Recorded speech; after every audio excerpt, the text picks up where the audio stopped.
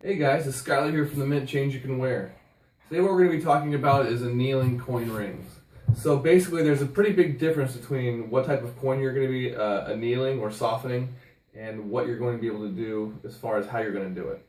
So today we're going to talk about some of the specifics there on different types of coins and a couple other topics all to do with annealing. So let's go ahead and get started. Okay, so the first thing I really want to discuss before I even get too far into this topic of annealing is the difference between ferrous and non-ferrous metals. I've seen quite a bit on other people's videos and everything like that. A lot of people really getting heated debates over, as far as annealing goes, and maybe you should let it cool, or maybe you should quench it, or maybe you shouldn't do anything to it, or things like that. So I want to discuss that first and foremost. Now, the first thing we need to know: ferrous metals are metals that have iron in them. And here's a ferrous metal coin right here. This is, I don't even know what it is, but I just know when I put a magnet on it, it sticks. So ferrous metals are magnetic. Ferrous metals have iron in them. They're known for their strength. That's basically what we use them for in our society. And that's that. So then we have non-ferrous metals, which, like silver, copper, aluminum, brass. All those type of metals are non-ferrous. They don't contain iron. So they're not magnetic. And the way you treat a non-ferrous metal when you're going to anneal it is going to be different than you would, say, steel. So when it comes to steel, you want to soften steel, you heat it up to its temperature, and then you let it gradually cool over time, and then that becomes a more workable metal. When you're doing that with silver or something, that actually would make it workable also. But the really key importance there is you can quench it and you'll still retain that ductility. So that's a quick overview on ferrous and non-ferrous metal.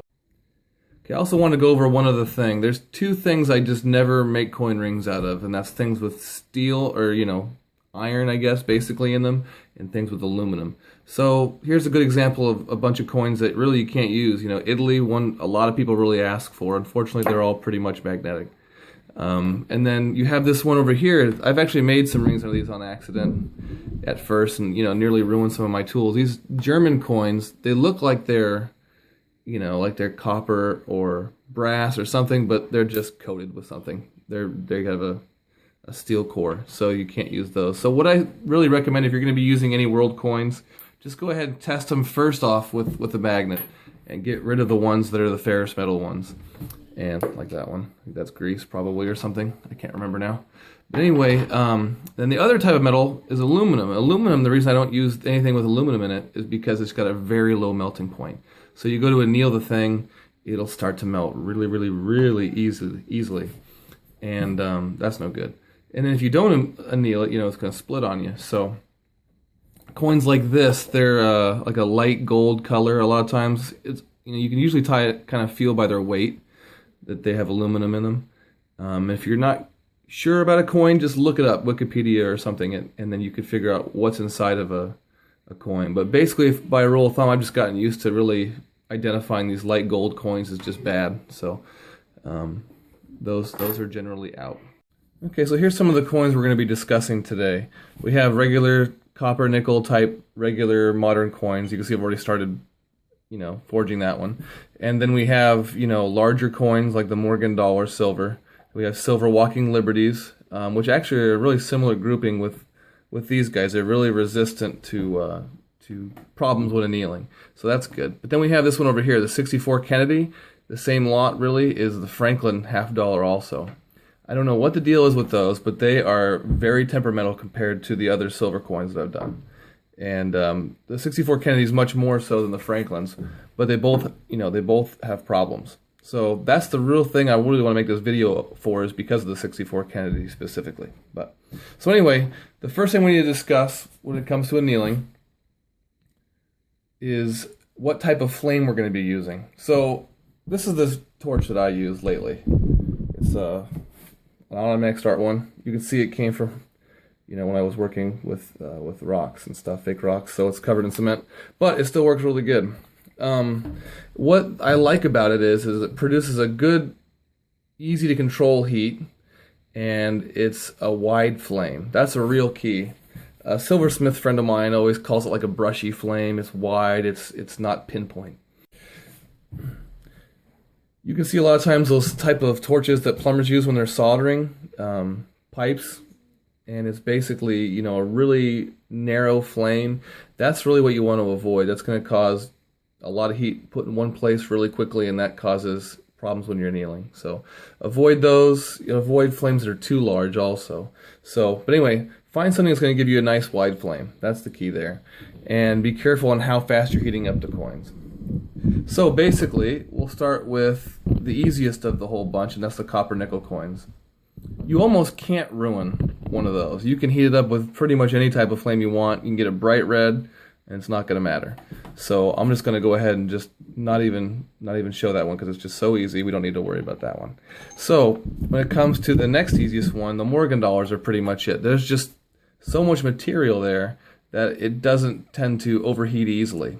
So we're going to go ahead and turn off the lights in here so we can see a little better, and then we'll start to anneal that, and then we can kind of see where, you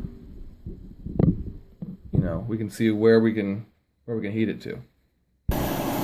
Okay, so I have it in the dark here so we can really see easily the color change that we're going to have in this coin.